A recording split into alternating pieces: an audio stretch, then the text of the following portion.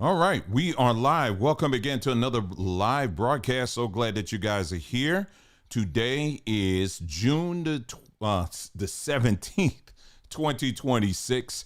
We have our other live broadcasts, typically they go about 2 hours. Okay, this one will not be that long. I promise you, okay? Because I'm just not, because in this, I just want to hit it and we got to keep, and then we're just going to, and I want to leave you with that. But there's some very important information that I do need to share with you, regarding, how we interact on online and the impact it's having on our brains. Those of you who have followed this platform, we've talked about this topic many, many times, but I figured that we'll bring it up again in light of this recent story that is coming out of Mississippi, where unfortunately a child lost their lives because of police gunfire. But is there more to the story? Well, you're going to find that there was, in fact, more to the story, but social media and how it works tends to play its part in minimizing those other pieces. But we're not just talking about that story. It's really about, just mental health. That's really what this is coming down to. So we got a lot of examples I can point to, but yeah, this is a very, very, very important topic. So we're going to go ahead and get started. We're going to give it about a minute and then we're going to jump right in. Okay.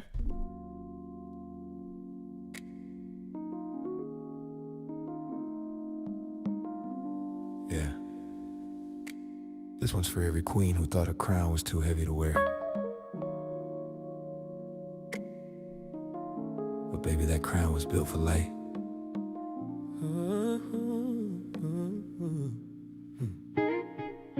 You twist, you turn, you tuck, you side. Mirror talking, why can't it just lie? But I see galaxies in every curl. A sacred pattern, baby, that built the world. They said too coarse, I said too divine. High quality always takes time. Girl, your roots run deep as history. That's more than beauty, that's ancestry. You may think your hair's a curse, but I see it as a blessing. You've been stressing with that pressing, but your essence, baby, that's the lesson. Let your crown glow, let it breathe, let it show. Crowns aren't meant to be covered, no. I don't care what the others think, we just wanna see you happy. I'm happy, cause that's how I know it's true. Learn to love your crown, baby, I'll show you how. That's for see the sun. All right, another 15 seconds. Each strand's a story, bold and light. You say it's hard for fingers to slide through, baby, that's two of us, me and you. Let's leave China and India out this talk. We walk in roots that angels walk. No synthetic love could ever compete with the rhythm that your curls beat. You say it's hard to manage, but art always takes some damage. Still you shine through all that pain. Girl, that's power in your mane. Let your crown glow, let it show, let it show. Crowns aren't meant to be covered, no. I don't care what the others think, we just wanna see you happy. I'm happy cause that's how I know it's true. All right. Welcome to another live broadcast. So glad that you guys are here. Remember, the music that we have here on this broadcast, all you got to do is go on our community page here on YouTube, scroll down a bit. I provided links free. You could download them, so you could check them out there. And then we have albums. Of course, you can go to sambatree.com. The website again is sambatree.com, which is the sponsor of this broadcast, the main sponsor, sambatree.com. All your health and wellness, natural needs. Make sure you check us out over there, okay? So anyway, let's see. So tonight's topic, we're going to go back and we're going to talk about just the impact of social media on our brains. And I know many of you have heard this coming from different areas, and different individuals have said it in all kinds of different ways. And, the information is out there nonetheless. However, what I like to do is to take it and to make it applicable, apply it to something that is getting a lot of attention, and hopefully that is a way that can generate a little bit more interest in that science. You know what I mean? Because if you just talk about the science itself, a lot of times people really don't really care too much about it. But if you're able to take that information and to be able to say, okay, this is how it relates to some of the things that y'all are talking about right now, then I think we increase the chances of people actually showing some care and interest in this topic. And it's a very important topic. And so I do want to show, hopefully I'm still linked. I have the link there. First of all, shout out to, as always, anybody, to our dear people in the chat, or if you're even not in the chat, I'm glad that you're here. Really appreciate that. And the comments and stuff, I've been reading those and stuff. Appreciate that as well. Let me see if this is still linked to something that I posted yesterday, the last time. Yeah, it is. It is. Okay, so recently, and this was on our community page, this video that we're doing, by the way, this broadcast, I was actually going to make it into a post first, and I just said, you know what, let me just make it into a short video, well, shorter than the videos we normally do. By the way, make sure you check out my wife's latest short. We posted it here on Samba Journeys as well. And she just letting you know what we do, the stuff that we do over at Samba Tree. So check that out. So anyway, what we were talking about in our last discussion, we were talking about how you have two types of Black individuals that are on social media, and on the left-hand side, you see, this is just a Black family that is just in the store. They're just browsing. They're just, they're just whatever. They're just relaxed and all of that. They're there as a customer, and that's it. They're just there. You know what I mean? And I'm bringing this up because, if you think for that all Black people, because the echo chamber of social media is telling us that all Black people are right now boycotting Asian stores, which is far from the truth. It is nothing but a big lie. It is an echo chamber. Black folks are still patronizing, going to these different stores because that's what they want to do. And they're not listening into the echo chamber of social media. So this is part of the problem. People think that social media is real life. And I'm just here to tell you it's not, okay? Especially as it pertains to Black folks. We're getting ready. I'm going to share with you some data in a moment, something that I've been talking about. But you have two types of Black folks here. And the reason why I want to start off with this is because, again, I want to be very clear. We are not treating Black folks as one big monolith. You have many Black folks who aren't clicked into all the latest trends of social media. That's just not true at all. You got a lot of Black folks out there that just living their lives like you see on the left-hand side of your screen. Now, on the right-hand side of your screen, this is where you're hearing most of the commotion and noise. And that's individuals who are always on social media. They are clicked in on every trend and every fad and every outrage and everything like that. And this is what you see on the right-hand side. So when you hear of different things popping off on social media, it's generally coming from this particular crowd here. Okay. And so this is who we're focused on. Okay. And so I just want to be very clear with that. All right, so let me go and bring this up. Let me see here if I can bring something up here on the screen. Let's see. Where is that thing here? Give me just a moment here. If I can bring up. Because I want you to, usually I just read this stuff here, but I want to actually get y'all to see it when I'm looking at, okay, this is it. All right, let me see if I can transfer this over to this other browser here. because I want y'all to actually see what I'm looking at. All right, almost there. And as always, thank you for your patience as I'm bringing this up. Okay, here it is. All right, here it is. Okay, so I have been sharing with you and talking about how, when you compare Black Americans to all other groups, major groups here in the United States, it's Black Americans who are, in fact, leading the way when it comes to the amount of time that's spent on social media. And that's not just me saying that. That's according to Pew Research and other research firms as well. So let me bring that up for you. And it's very important for us to understand this because this is the base of everything else we're going to be talking about here. All right. Window capture, I think it's here. This here. Here we go. There it is. There we are. Okay, here we go. Okay, so here you go. Pew Research. And this is per 2025 data. Higher usage, Black adults reported higher usage than white adults on several platforms.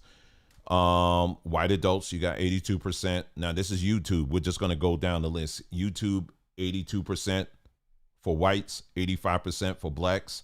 Hispanic is 88. Asian is 92%. So YouTube, we're high.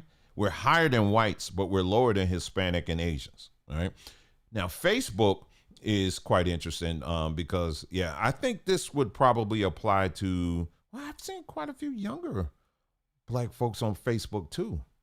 But anyway, white adults, 70%, Black adults, 74%, Hispanic, 74%, Asians, 62%. Instagram, 45% for white adults, 54% for Black adults, Hispanic 62%, and Asians 58%. So we're lower on Instagram. Okay, TikTok though, this is where you're going to start seeing it, and this is what I mentioned the other day. 28% of whites use or spend time, significant time on TikTok, in comparison to 53% of Black individuals. And then that you compare that, Hispanic is a little bit higher, 57%. Asians are actually 31%. So Black folks are, and Hispanics, is Hispanics first, followed by Black folks, but it's a whopping huge amount difference between the amount of time that Blacks spend on on TikTok versus whites. Then you got WhatsApp, 37% Blacks versus 23% whites. Hispanic, that would make sense, and 54%. That would also make sense for those two groups because, they have extended families in different countries and all that kind of stuff. Snapchat, we don't care about that. X, Twitter, 18% for whites, 26% for Black folks, 23% of Hispanics, and then 32% for Asians. Threads, Black folks are beating everybody, 18%. And you can see it there on your screen there. Let me see. I think there's a little more to this as well. There's other information here too. So these other sources, they also underscore the same point. Okay. So, but so we're seeing that, yes, on certain platforms, which are, like TikTok and even X, we're seeing that Black folks are leading white folks on these things. Now, the reason why that's important is because of the fact that when the amount of time that you spend on social media, and this is regardless of who you are, I don't care if you're Black, white, whatever, it doesn't matter.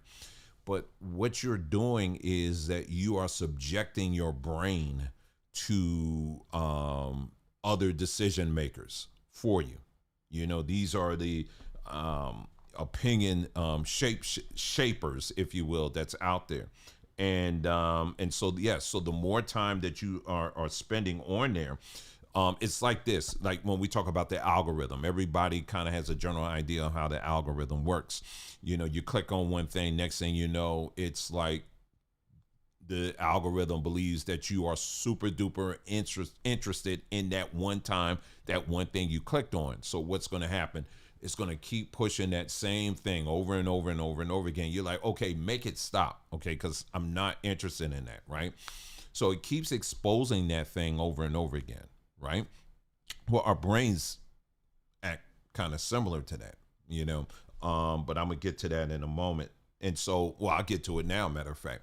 So again, our brains, remember I told you before, your brain, one of its primary goals or missions is to protect you. All right. It's going to protect you. And so one of the things that your brain will do is this is, let's say, for example, let's say okay, I got a good one. I am someone, I know some of you guys actually go out and you camp and you love camping. You do that. I haven't been camping in years. Right. And I probably won't be going camping anytime soon, okay? Because of this one video I saw, right? I already had this concern because I've already been out. I have no problem going in the woods, hiking in the woods and all that stuff. Please, I do that. Used to do that all the time. Out here is a little bit different, but yeah, but anyway, someone showed a video of what was it? They said, this is why you need to make sure that your tent is zipped up. And in the video, they show it was some poisonous snake that's local out here going into the tent. And so I saw that and I was like, well, there you go. Thank you for the reminder. Thank you. I'm okay. I'm definitely not going camping anytime soon, right? I know, you and I know, those of you who do camp and all of that, you're like, come on, man, that doesn't happen all the time. And I agree with you. I believe that. But what happened? All it took is maybe a few encounters that I had in my life where I did encounter a snake or snakes. And my brain, it records that and says, remember, okay, now we're going to store this. We're going to store this again in your brain. And so what happens, your nervous system, your brain, it stores that information and even how you felt. That's where your nervous system comes in. How did you feel the moment you saw that snake? Your encounters with that snake, have they always been pleasant? Same thing with spiders. Have you always had a pleasant encounter with spiders? Or is it something about spiders that those few times you maybe got bitten or maybe it startled you? And so that startle that you experience, you're driving in your car and you happen to look on your shoulder. And I know I'm probably scaring some of y'all now and you're going to be checking next time you drive. But let's say you driving, all of a sudden you look, because you see this thing with all of these legs crawling on you and it freaks you out, right? Now, some people, they'll look at that and be like, hey, little buddy, what are you doing there? Let me take, I ain't that, okay? I'll be like, hey, man, I flicked that thing so quick. Now, I used to just outright kill them, but I don't do that anymore. I try not to. But anyway, so what happens is that there's an imprint that takes place on your nervous system. And so what you felt at those times, your body will remember that. Same thing with that snake. So when that snake, same thing. When I saw that video, what happened? My brain started pulling up all of those footages from the past and said, see, now, remember now, if you sure you want to go camping? You sure you want to go camping? So now what has that done? So what's happening? My brain is trying to protect me, right? But at the same time, does that mean that if I go camping, I'm going to encounter a snake or get bitten by one? No, it doesn't. So I have to do what? I have to retrain my brain to say, no, let me disconnect from those past footage that my brain stored and let me start exposing myself to other things. It's still related to camping. And the more and more I start looking at camping footage and all of that, after a while, there's going to be a change or shifting that takes place in my brain where I'm going to say, you know what, man, I am so pumped up about camping. Hey, if I encounter a snake, now I feel like, if I was in an encounter, whatever, I got tools to protect me. You know what I mean? So you see what I'm saying? So I had to make changes to what I was taking in as opposed to just relying on the replays of my brain. Okay? So I think that was a great example that I just gave you. So likewise, what has been happening is when we're talking about black folks, black community. Now, we have legitimate history that we can refer to, right? Things that happened to us in the country from slavery, Jim Crow, all of this stuff, right? Police brutality, all of these things. These things are very real. And yes, they have happened. And, and I say have meaning slavery, right? Well, slavery's still going on in other parts of the world. We ain't talking about that, but you know what I mean. But I'm talking about things like, some of these other things that white people have done to us, right? Those things are real. We're not saying pretend that those things never happened. They did. And so, but the reality is on a day-to-day basis, most of us as black Americans, when we step out of our houses, we are not in fear. There is nothing that happens to us as long as we're just functioning and operating and acting like everybody else. You can get in your car, you can drive to work, go to work, do what you got to do at work, eat your lunch, come back to work, fall asleep a little bit, make sure the boss doesn't see you, right? And then after that, get back in your car and maybe stop by the grocery store, pick up some groceries for dinner or, go fast food or whatever, come back home and that's it. That's the typical life of most black Americans, right? Generally speaking, right? Or those that don't work, you're home. And maybe you go out for a walk or whatever. There aren't no you got to dodge and duck, burning crosses and people calling you, hey, typically that is not the case. And if we're honest enough, we would tell that's true, right? But here's the thing. What social media does, it's all about getting people in their emotions, because as long as you're in your emotions, the higher probability you're going to click. And the more you click on things, the more money certain people, advertisers, make. That's how it works. Okay. So what social media has done as it pertains to black folks and, and other groups too, but we're talking about black folks here, is that it will take those clips of the past that were very real, and it's going to continue to remind you of those things. You see what happened before? You see what they did before? You see, this reminds me of Jim Crow. This reminds me of such and such. This reminds me of whatever. I'll give you another example. There are numbers of black folks out here that are still on social media who are saying that, because there are stories that are coming out, still coming out where, there was a young girl, young woman that I don't know what state it was, but she, unfortunately, they found her in the woods. She hung herself. Investigators looked into it or whatever, and unfortunately, they concluded that, this young lady hung herself. Now, there are people numbers of people on social media who looked at that and automatically concluded, oh, no. See, black people, one thing we're not going to do is hang ourselves. We don't do that. Black people don't lynch ourselves. That's impossible. And I'm like, okay, so if someone is severely depressed, if they're going through depression, do you really think that there's some kind of protocol that they go through where they say, you know what, let's see, I can hang myself, I can shoot myself, I could do this. Well, I'm not going to hang myself, because if I hang myself, that's going to look like a lynching, and I can never do that. No. If someone is severely depressed, they're going to do whatever comes to their mind and do it. It's just what it is. Okay. And that was the same thing that happened to that young man in, I think that was in Mississippi too, or Alabama, one of the two. on the college campus, the same thing. People to this day, I mean, after multiple autopsies and everything, and they all came to the same conclusion. Unfortunately, it looks like this man hung himself. And we went through a whole list of different stories similar to that where black men were found hanging. I'm talking about within the last like 5 years. There was one case where they even had it on video. They never made that public. I'm glad they didn't.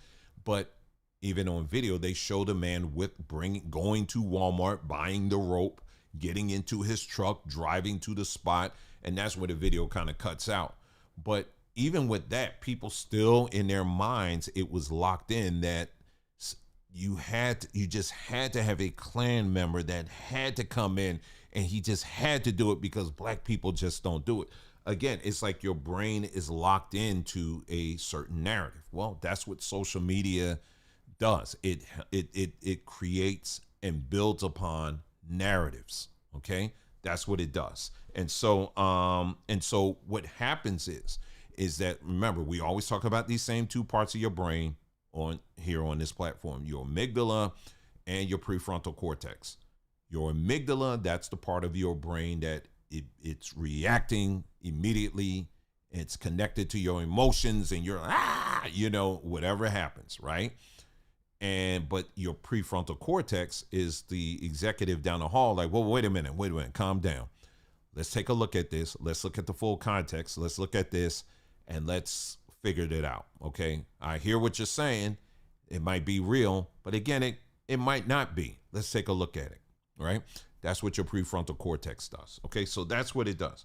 And so, but what's happening on social media is it's literally training people to only go by your amygdala while ignoring your prefrontal cortex. Okay, and this is where we get into the story of what happened recently there's two stories actually I'm gonna talk about. This most recent story in Mississippi, where unfortunately a baby was shot by an officer. Okay, now just as I presented that to you, a cop was shot by an officer. When your brain is fixed, right, and been programmed, you've been feeding it a narrative over and over again, what happens? Immediately when I just said that to you, a cop shot a baby or a child, whatever, right? You immediately, for some of you, you immediately go straight to your amygdala. See, there it is. See, cops are racist. They're going after our children now, and that's it. And you just go on and on and on with that, right?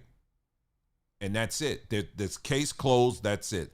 And there's actually video on. I might have it here where they're actually protesting.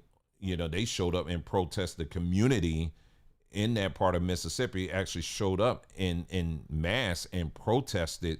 Here it is right here at the Walmart where this happened.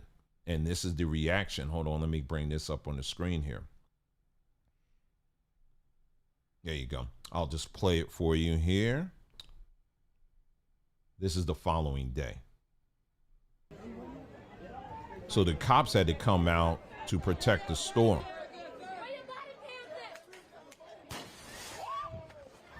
So they had to fire off tear gas and all of that because people were getting way too close and all of that. So I don't have to play the whole thing, but you see what's happening, okay?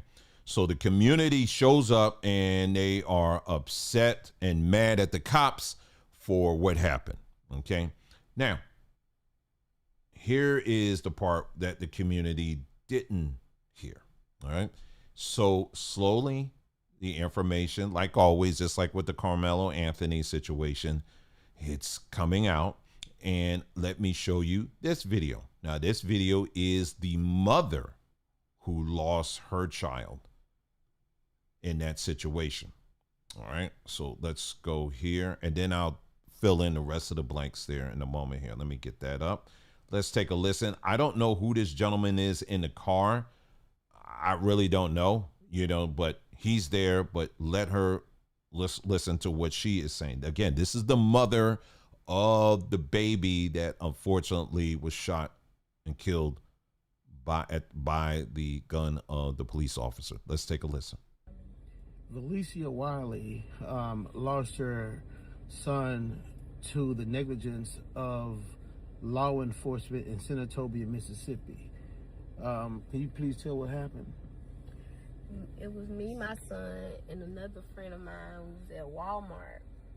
As we was leaving out the Walmart, they tried to stop her, but I kept walking because it had nothing to do with me. By the time me and my baby got in the car, she came, and then when we was backing up, they was running out the come.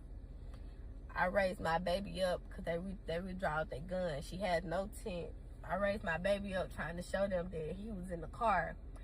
So she was backing up and she hit a car as I was opening the door, so the door flew back in. By the time I sat my baby down, it was like 3 to 4 shots. One of the shots hit him in his rib cage, and the other shots hit her in her arm and her thigh. And we left and went to Senatobia hospital where he was pronounced dead at the scene. And they told me I wasn't gonna be able to see him until he get back from Jackson. She got airlifted, and the police told me I couldn't leave out the hospital until somewhere I couldn't leave out, couldn't nobody come in. But I ended up walking out, and the crowd was questioning them, asking them what happened. They was like, she was shoplifting. But the passenger, it was me. They wasn't talking about me, they was talking about the driver. But on the little, what's it called, self-checkout, they can see, it's cameras, they can see when she got the diapers and walked out. But yeah, they tried to say that she forcefully was trying to drive and hit them, but they was all on the right side, and she was driving towards the left. They just personally just shot in the car. Did they try to charge you with anything? No, they didn't charge me. They ain't charged me with nothing. They just let me go. And they didn't say nothing. They just kept telling the crowd that they was shoplifting. But I don't know if they found anything because there's nothing to find. Okay. Okay, so that's the mother. Okay, I just want to emphasize that that's the mother, according to this video that I was able to locate there. Okay, so what basically happened there, and I'm just going to retell it, and then there's additional information too. Basically, yes, there was not her. Apparently, she's saying she wasn't shoplifting, but she kind of knows that her friend was, right? Because she was like, the police were like trying to question her or whatever, and she said, well, I don't have nothing to do with that, so I kept walking. So she knows, right? Now, what typically happens, right, in a Walmart or stores like that, they have your asset protection. That's your security. They are looking at everything. Let me just say this. When you go into a Walmart, the moment you walk in, they are monitoring everything, all right? Forget China. China is here now. They literally are monitoring everything, all right? I remember I was in Walmart recently. A guy pretended, unfortunately, he's a black guy. He was pretending to be one of the Spark drivers, people that shop at Walmart and Sam's and all of that. He was pretending to be a Spark driver. And what was his grand plan? I'm going to go into the electronics department and try to walk out with 2 PlayStation 5s. I mean, if you didn't stop to think that maybe, just maybe, that wouldn't cause a red flag, but it did. And I was there while all this stuff was going on, and they had already, by that time, they retrieved the 2 PlayStations. I'm walking in and I'm seeing this black dude running out. So I was like, okay, oh snap, what happened? And they were like, we already called the cops. So the cops are on their way. Now, depending on what Walmart you go to, if it's a high crime area, a lot of times the police will already be on site. That's why a lot of times when you go to certain Walmarts, they will have special parking for the police because, again, there's a lot of crime that takes place there. So anyway, what happened in this particular case is, as the information is coming in, is that according to security on site, that one of these ladies was actually trying to steal diapers, right? And so they tried to pursue her or whatever. I don't know. The cops, it sounds like they were already there because I can't see how they got there that fast. But anyway, the cops were present, right? The cops, just like the security, are telling her, listen, you need to stop because you stole something here. You need to stop. Of course, from what we're seeing, they didn't. And this is correlating with this young lady's story. So first of all, this girl who actually was the one that was taking the diapers, who took the diapers, she runs into the car after both security and the police are yelling and saying, you need to stop. But in her brain, she's saying, no, I'm not. I'm going to go into the car and get out of here. So that's the young lady that was actually the one that stole something, right? Now, this mother that you just saw, we're just going to take her word for it now. She said, I didn't steal anything, right? Okay, fine. You didn't steal anything. But let's slow down and let's stop for a second. If you see your friend being pursued by security, being pursued by the police, because you know that she stole something, why would you make the conscious decision to take yourself and your baby and jump into the car with your friend who's trying to get away from the cops? See, what I'm doing right now, I'm playing the part of your prefrontal cortex. Okay, that's what we're doing right now. Okay, because it's not just cop shot baby. There's a lot of other information that needs to be put into the pile, right? So anyway, let's continue. So, there's some other footage there out there. You can look for it here. Basically, they're getting away. They're driving through the parking lot, right? And as she's running, like skiing off, like real fast, trying to get away, she hits another car. Now, for people who have a basic understanding of how the law works, if you are in your car and you're hitting other things like cars, or you're in a parking lot where, there's other people, children, elderly, whatever, that's just walking along, and you're speeding through the parking lot, after the police, forget security now, after the police have repeatedly told you to stop, if you are doing that in a public place, the police by law will, and many times will use their guns. They will use lethal force, because why? That car is not just a vehicle anymore. It's now considered a deadly weapon. Because now you are endangering the lives of other people that's in the parking lot. Okay? And so that's what happened. And so the police draw weapons. Unfortunately, they shot, and that was it. Okay? Now, this video that this young lady, or whoever this is, whoever the guy was, I don't know if it's his video or whatever, I don't know. But I'm going to tell you right now, that video in court is not going to help him at all, because she's acknowledging a whole lot of things in that video on what really happened. Okay? The police tried to stop her friend. The friend fled from police. She and her 1-year-old baby got into the car with her friend while the friend was actively fleeing from the police. Why would you do that? Why would you put your baby in further danger by getting in a getaway car? Now, she said, well, I held the baby up because I wanted them to see there's a baby in the car. So now you are using your baby as a human shield. I'm trying to get people to understand the poor decision making that led to this. So you held your baby up. At that point, once this young lady decided she's got in that car, she's hitting other cars in a parking lot with other people, the police, all of a sudden, they got split second, because now you're dealing in a situation where this car can potentially hurt or kill somebody else. So they automatically see that as a lethal weapon.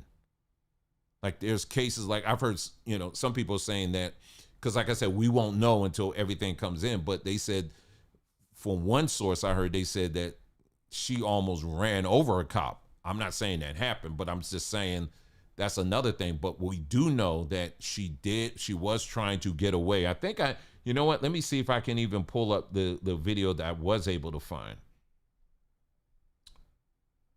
If not, don't worry about it. It's out there because I just saw it.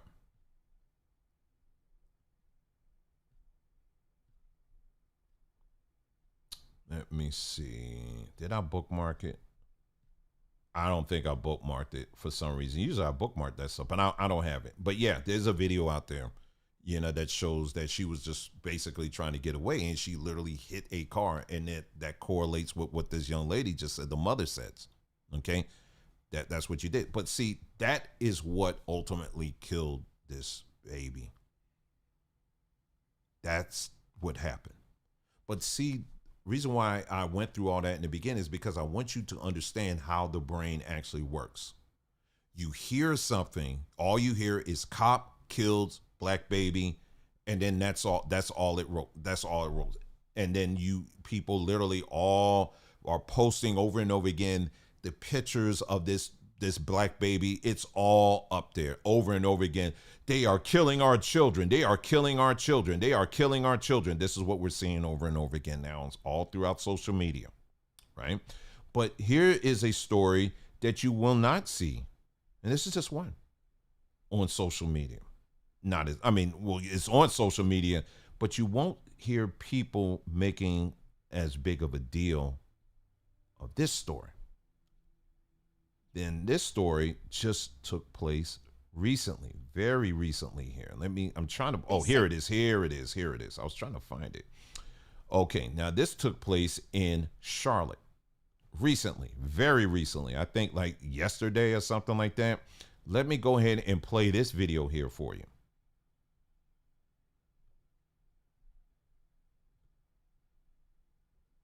A Charlotte man is facing multiple charges in connection with an attack on 2 people, including a pregnant woman. This happened outside a Northeast Charlotte restaurant. Paul Hicks faced a judge for the first time today. He's facing 2 counts of assault with a deadly weapon and a charge of assault on a pregnant woman. Hicks is being held in jail without bond. Queen City News Plus. So he basically stabbed a pregnant woman. I believe it was a black woman. And all of these images that you see here, this is of him going in and out, in and out, in and out, in and out, in and out, in and out of prison. And every time he goes into prison is because he committed a crime. But the legal system that we have, they said, okay, let's let him back out. And then he goes and commits another crime. And then he goes to the legal system. They say, okay, he's good enough. Okay, let's put him back in.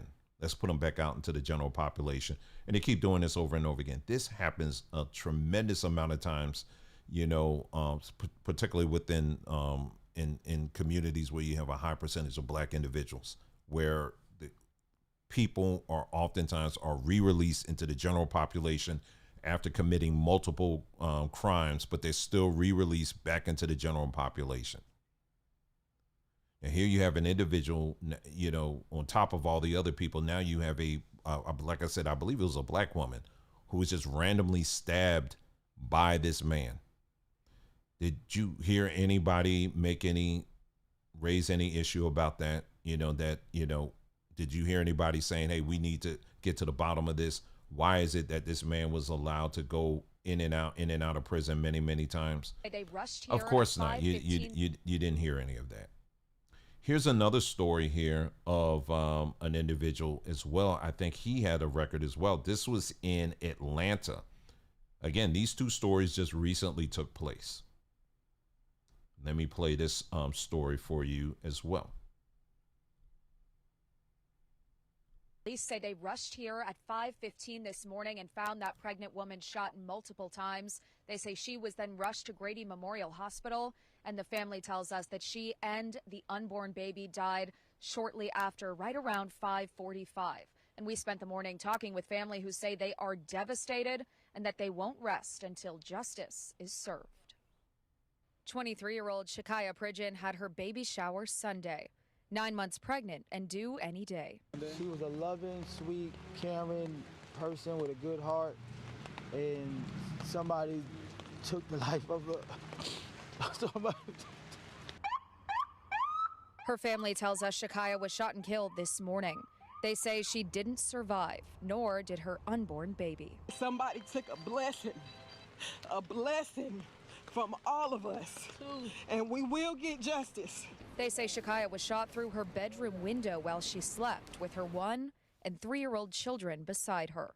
The family believes this was a targeted act of domestic violence. Whoever did this aimed through the window, took the time to let off 8 shots. You didn't bang, bang, and run. You sat there. They knew she was in a bed. They knew she was in there. They knew where her bed was. Shakaya's baby boy was to be named Kyron. Today, her loved ones say they're holding tight to Shakaya's memory and to the life they were preparing to welcome, while demanding answers and accountability. She was going to church every day. She was doing everything a mother was supposed to do. We know it is. Shakaya doesn't bother nobody. When they track you down, we will get justice for you. So it ended up being the father of the baby who did this. That's who it ended up being. Now, let me ask you a very simple question, okay, in light of what we just talked about. Now, going back to the Carmelo Anthony story, we see that the community found over $600,000 to raise up for Carmelo Anthony. And he still ended up going into prison, which it was going to happen anyway because he did what he did. And not only that, over a year was spent defending this criminal, because that's exactly what he was. He's not a saint. He is a criminal. He's a murderer. I've given you 2 stories of mothers. One, I don't know if she's the one that got stabbed. I don't know what the end result was of that one. That wasn't the one in North Carolina I just shared with you. This one here, she didn't make it. Any GoFundMes set up for this? Anybody raising up any issues of this? This is where we were saying what happens is when you are overstimulated by social media and you're always on social media all the time, what it's literally doing in the minds of a lot of our people is it is reprogramming your mind and telling you that the only things you should be concerned about are the things that are popular, the things that have the most likes, but also the things that fit the narratives that you created. Because we're not going to sit up here and just blame Mark Zuckerberg or Elon Musk and all these other, gods of social media. We're not going to sit up here and just blame them and say it's their fault. They're providing the tools, but it's the people who already have certain narratives that they built. And what social media does, it basically puts it on steroids, basically. And so what we're seeing now is it really playing out in a very extreme case where people can see something happen so often like this. These are stories, what I just showed you, those 2 stories, those things happen literally every day. There are mothers that are losing children every day. There are mothers losing their lives every day. There are young men who are losing their lives every day, and people know who did it. But there's very little concern. Why? Because your brain has already created a narrative. And if that narrative, as long as that narrative is met, your brain is always going to fire away at that. But if it doesn't meet the qualifications of that narrative, then your brain is literally going to become dull. Your amygdala, you literally are dulling even your amygdala, because you will hear about a black child being killed by a black person, and there's something in your brain that it doesn't, even your amygdala is like, this is the danger of what's happening today and what technology is really helping to accelerate. This is what we're talking about. And that's why we say this is a death culture. It's a death culture. It just is. I mean, it's nothing salvageable about that. And so, like these takeovers, I'll give you another example of that. There are these takeovers that are happening all over the country. And we can be straight up here. What are those? They call them teen takeovers, but in reality, it's black kids. A lot of these are black kids that are just randomly going to these different places, and they are just wreaking havoc and all this other stuff. I'll just mention very briefly this other story that I wanted to mention. In Atlanta, they tried to do a teen takeover, right? There's a video that you can find it. It's kind of went viral. It shows the cops trying to basically clear the area, right? They're trying to clear the area. They're telling people, listen, you need to get the hell up out of here. You need to get out of here. We're trying to clear the area, and that's it. So the cops are doing their job, trying to tell people to get out. Well, if you look at the video, you keep looking at the video as I'm seeing if I can possibly bring it up.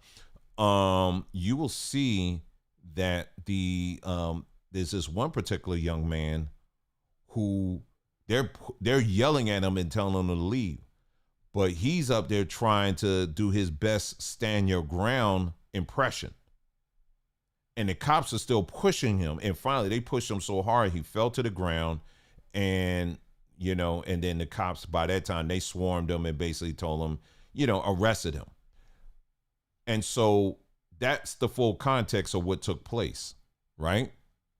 But what most of the comments under the video, it says, look at how these cops are attacking this young man. See, these cops, they're this, that, or whatever. But you missed the part, but your brain literally saw the same video I saw, and you missed the very obvious part where the cops were telling him, go, you need to get out of here. But he didn't want to do that. And so as a result, he got what he got. You understand what I'm saying? But it just goes to show you how two different people can see the same video, but walk away with a whole different thing. You know what I'm saying? And that's what I'm talking about.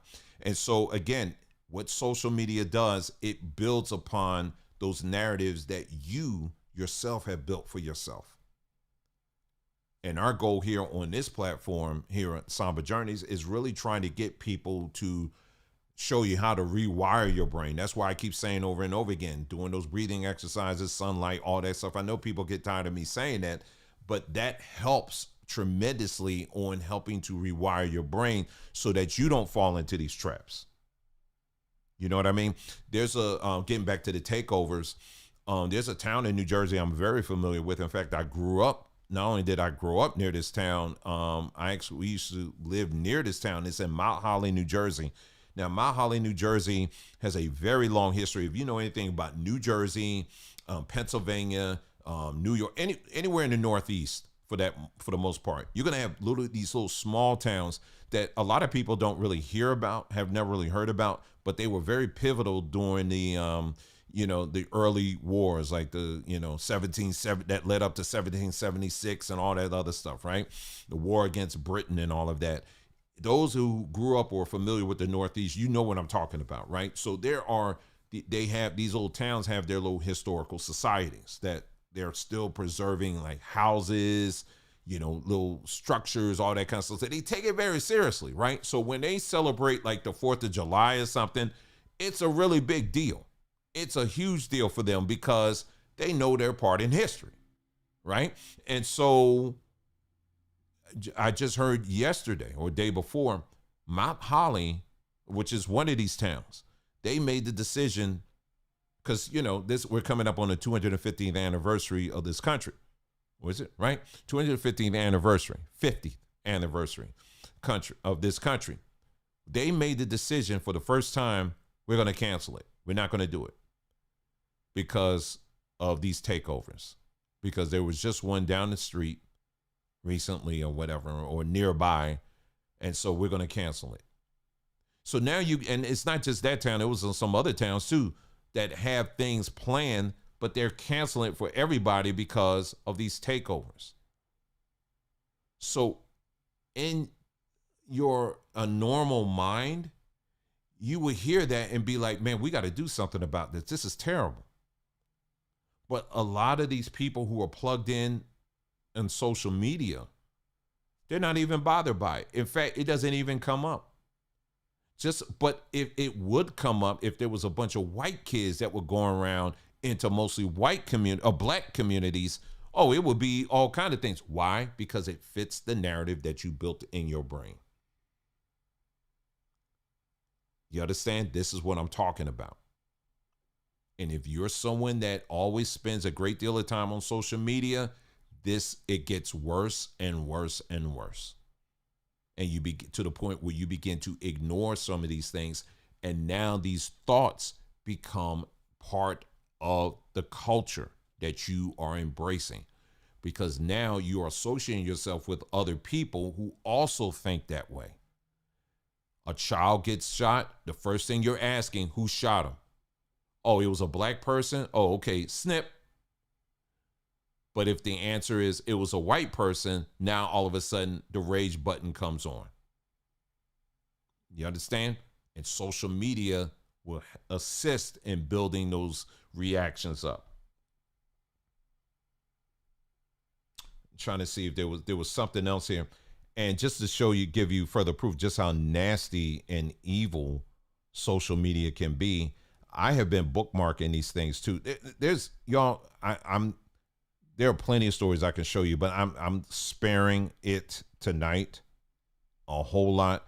But there's this one video I do want to show you because I want to show you just how crazy people are these days, because they just like the clicks. That's what they like. And let me see if I can pull this up here. That will be under this right here. Okay.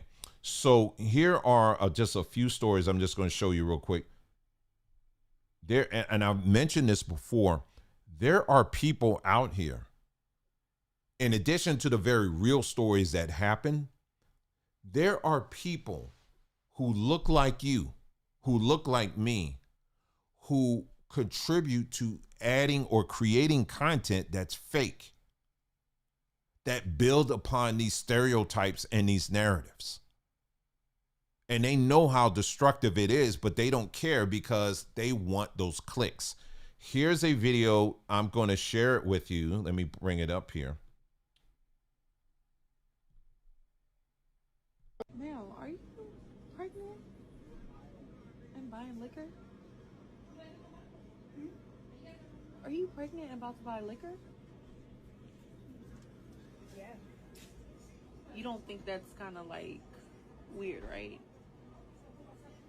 You don't think it weird, you all up in my fucking business. She following you? Yeah, because this is some weird shit. I think it's weird. And then she gonna Are ask you recording me. people? What you doing with your phone? You recording me? I'm recording her because I Why- think why it's the fuck weird. you recording me? She's No, pregnant. but why are you Violation of recording me people's though? rights, Slim. Exactly. Why are you recording me? She has a baby Why and the about fuck to you buy recording though? What liquor. are you doing, Slim? I mean, I think that's wrong with you? weird. Okay, so I can continue to play here, but the video itself is staged. But see, as you were watching it, you could feel yourself starting to find your place at what side you're going to take, can't you? That's what social media does. Here's another one. Can I show you something? Does this photo seem familiar to you? What?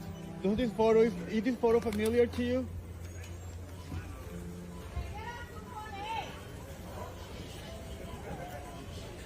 The kid right here, it's me. I finally found this picture from. You're my dad. Anyway, it goes on. That's also a stage video. All right. Here's another stage video. I'm not going to play the whole thing. Watkins against Jackson. I'm gonna need you to stand in my courtroom. Oh my god. So you can just give me my fee right now, so I can leave because I don't want to be here. Excuse me, I'm looking over your court case, Mrs. Jackson. What's your first name? Jackson. Sean Jackson. 20. Were you adopted, Shalom Jackson? What does that have to do with me being here? Can you please answer the question? Were you adopted? Yeah. Okay. Anyway, you could, I don't think it takes that much of a good eye to see that was acting, but but there also are many pieces of content that are being put out there by these production houses, low rent production houses, that are also feeding into the things that they know that are going to set off black folks. And so that's also another factor too. All right.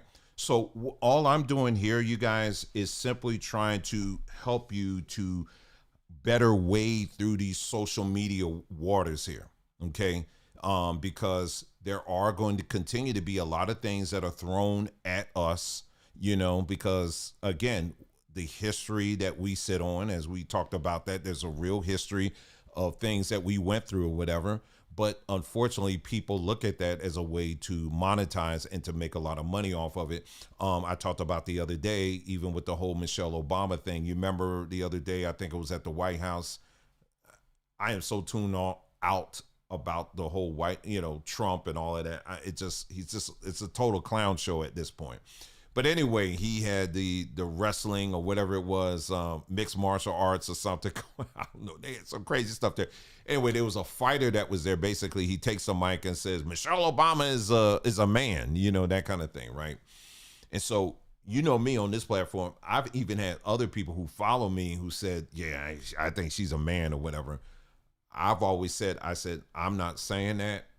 I don't know, but I wouldn't say that anyway, because I think there's definitely some racial things on that. So I may not agree with her politics, but, I'm not going to go there just because I don't like her. You know what I mean? That's a little bit too much. You know what I mean? That's just my opinion. But anyway, I've stayed away from that. But there are a lot of people who haven't and was just saying all this stuff. So anyway, what was the reaction? Of course, for a lot of people, particularly a lot of black folks, posting, reposting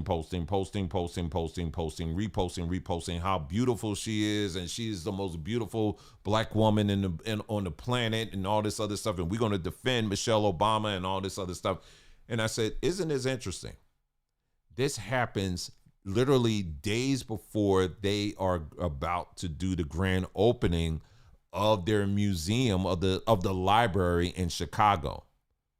The same library that a lot of black folks in that particular part of Chicago were against, because black folks were losing homes as a result. Yeah, the same library where you have black contractors who are still demanding to get paid. So there was a lot of black folks that weren't too happy about that. So they're getting ready to release. They're getting ready to open it up. We got to get some excitement about this library here. So this person all of a sudden pops out of nowhere and says what he does, gets this reaction. Now, guess what? I'm quite certain they're going to be doing just fine when that library opens up. That in of itself, that is what I would call extreme guerrilla marketing. That's a real name. They call it guerrilla marketing. It's guerrilla warfare, guerrilla marketing, where things are done like that in such an extreme way, where it just, people by default, they're just going to react to it because of their emotions. So I'm just going to say this and I'm done. Again, we are in the age of AI, as you know, and AI is, unlike Santa Claus, AI is very real, and it sees you when you're sleeping. It knows when you're awake. It knows when you bad or good. So you better be good for goodness sake. AI is now everywhere and is recording everything.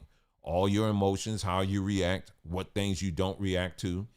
And we have warned repeatedly on this platform, particularly for black folks, is that you have to make sure you guard the stuff that you put on social media. When you actually study, as I do very closely, this particular demographic that we are talking about, again, it's not all black people who spend all this time on social media. It's a segment. it's a significant segment of black folks who spend this great deal of time on social media. It's a real problem because you know how we keep saying over and over again, it's like, okay, you're going to commit a crime, for example, and then you're going to record yourself doing it. You know, why are you doing it? Why do you have to like feel like you got to tell all your business? I saw a TikTok last night, a young black girl. She's a tech manager. She's an IT manager. But for some reason, and there's certain things that, you know, it's private. It's for the company, you know, it's proprietary information. But in her little brain, she felt like, oh, child, I got some tea for you guys today. I got some tea for you today. You know, they were going, it's story time. I'm going to tell you about how they fired this person and all this other stuff. Well, her video went viral and now she's fired. And then I just saw a video of her lately. She's on there crying, almost like she's shocked that it happened. So people who live on social media, they literally do. They put all of their business on social media. So I'm just saying this is don't be those people. Don't be those individuals. Because what this system is doing is literally rewiring your brains and telling you what to have empathy for versus the things what not to have empathy for. And that's a very scary thing. And you don't want to be part of those people. So when you hear information, be it on social media or even in mainstream media, it doesn't matter. Make sure you are taking the time to say, you know what? Let me get full context on this. For some people, and I'm very happy to see this, I've come across numbers of black folks who have said, I have taken a break off of social media. That's a great thing to do. So I would encourage even that too. All right. So there's going to be a lot more of these stories coming along. But guard yourself, guard your peace. And like we always say, protect your peace. That's what we always say here. And please take that very seriously because we need to do that. So that is all I have for you, you guys. I told you it wasn't going to be as long on this one, but I wanted to hit this point because this is a very important topic and people do need to take this extremely, extremely seriously. All right. The social media is not anything to play with at all. All right. All right, you guys, listen, you guys take care. Thank you so much always for tuning in. You guys take care and enjoy the rest of your day, evening, wherever you're watching this. Take care, and we'll be talking again soon. I hope you guys have a wonderful day. Take care.